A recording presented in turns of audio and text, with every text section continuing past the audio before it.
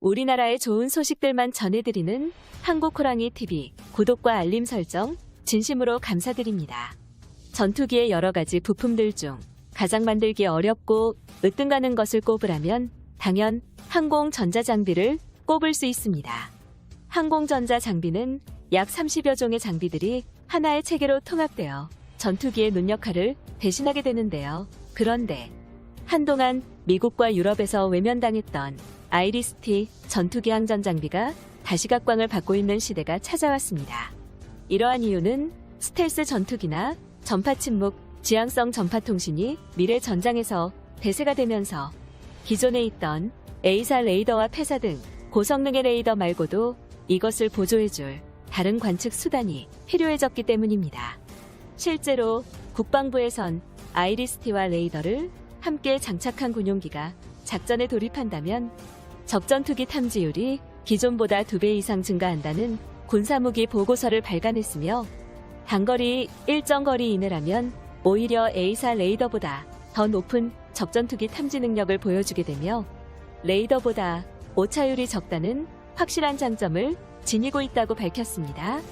그런데 이러한 상황 속에서 우리나라 국방력의 자존심 KF-21 전투기의 가장 중요한 전자장비 아이리스-T의 스텔스 매립 기술 개발을 진행 중이라는 사실이 군사무기 언론을 통해 공식적으로 확인되었습니다.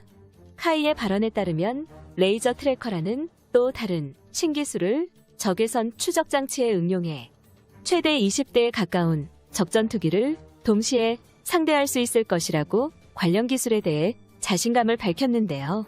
한국의 최첨단 전자장비 아이리스-T는 지난달 공개된 KF-21 6호기 제작 현장에서 존재감을 드러낸 바 있습니다. 당시 시제기 6호기의 출시가 눈앞에 다가왔다는 발언 이후 예상보다 빠른 연구 개발이 이루어지고 있는 가운데 스텔스 블록2의 개발 상황에 대하여 아이리스-T의 스텔스화를 언급한 적이 있습니다.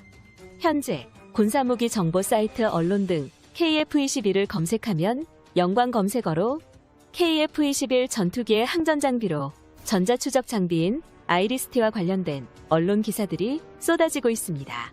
반대로 보람의 전투기에 대하여 극찬만 이어지는 언론에 대해 조심스러운 반응 또한 당연한 것이겠죠.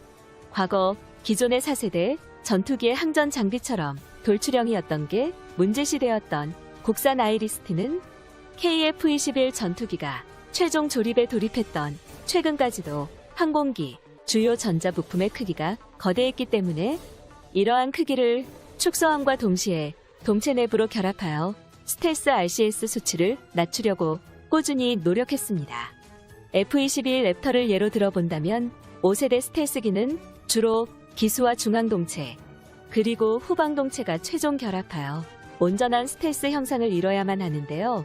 그러려면 아이리스-T 말고도 미사일과 엔진 탱크 등 다양한 장비들이 스텔스 형상을 이뤄야만 비로소 고성능 레이더에도 잡히지 않는 KF-21 블록2 배치가 가능한 것이죠. 이처럼 한국 내에서 KF-21을 바라보는 시각은 기대 반 우려 반인 것 같지만 과연 우리나라에서 세계적인 전투기가 나올 수 있을까 하는 사람들의 궁금증을 실시간으로 보여주는 것 같습니다. 하지만 이러한 우려와 달리 최근 놀라운 속도로 발전하는 한국의 방위 산업 분야에서 눈에 가장 띄는 것 또한 최첨단 전자장비들인 것은 그 누구도 부정할 수 없는 분명한 사실입니다. 최근 한국형 아이리스-T는 기계를 이용한 자동 조립을 통해 초정밀 조립 라인이 온전하게 가동되고 있다고 전했는데요.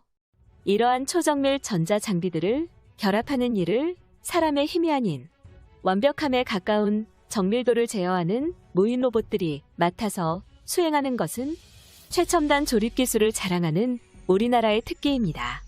이와 병행해 5세대 스텔스기를 바라보고 만들어진 KF-21의 항전장비 스텔스 매립식 아이리스-T의 개발이 시작되었으며 이로써 한국은 KF-21 블록2 스텔스기 개발을 위한 스텔스 항전장비 개발에 한 발짝 더 앞서갈 수 있게 되었습니다.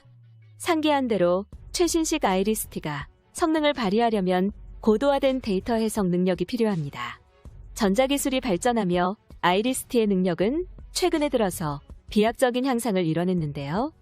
KF-21은 미군을 비롯해 서방권 군사강국들이 사용하는 전투기들과 비교해도 절대 꿀리지 않는 멀티롤 형태의 다목적 주력 전투기입니다.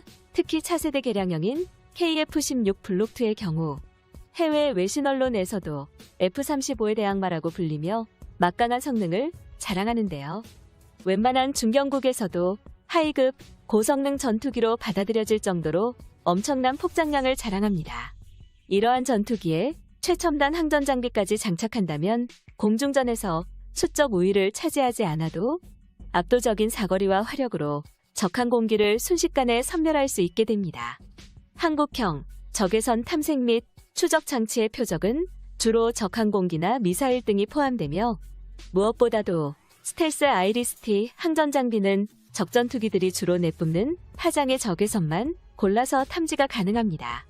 이것은 4대 핵심 항전 장비라고 불리는 아이리스-T의 특장점이며 5세대 전투기의 공중전의 성능을 좌우하는데요. 고성능 적외선 탐지 장치는 국내에서 개발한 필터링 시스템과 소프트웨어적인 처리 시스템이 가장 중요합니다. 이러한 방식은 적전투기의 위치를 보다 빠르게 파악하게 해주며 기존 레이더와는 다르게 레이저를 발신하거나 수신하여 적전투기의 거리를 실시간으로 측정합니다.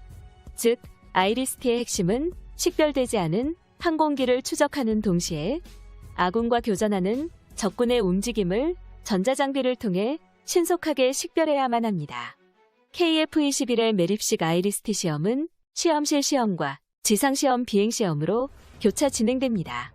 시험실 시험에서 비행시험으로 갈수록 실제 항공기의 비행환경 조건과 같아지는데요. 100% 국산 전자장비 실험실의 최대 장점은 전투기의 개발 단계에서부터 시험 조종사가 직접 참여해 레이더와 연동 시스템의 테스트 및 적전투기 탐지 검증에 참여할 수 있다는 점입니다. 그런데 오차율을 최소화함으로써 항공기의 탐지 정밀도가 비행 특성에 관여하는 변수를 최대한 줄이고 아이리스-T 적외선 레이더에 전해지는 다양한 방해 물질을 무시하고 적항공기를 탐지하기 위해 이러한 최첨단 기술 테스트 실험실이 개발된 것이라고 한국항공우주산업의 관계자는 설명했습니다. 이로 인해 엔지니어가 미처 발견하지 못했었던 시스템 오류를 발견할 수도 있고 개발 단계에서 조종사가 제공하는 정보에 따라 설계 및 수치 모델을 수정할 수 있습니다. 이처럼 완벽한 항전 장비를 통해 스텔스 전투기로 비상을 준비 중인 우리나라의 KF-21을 응원하며 오늘 영상의 정보 전달은 여기서 마치겠습니다. 시청자 여러분, 영상을 시청해주셔서 감사합니다. 여기까지 한국호랑이였습니다. 이상.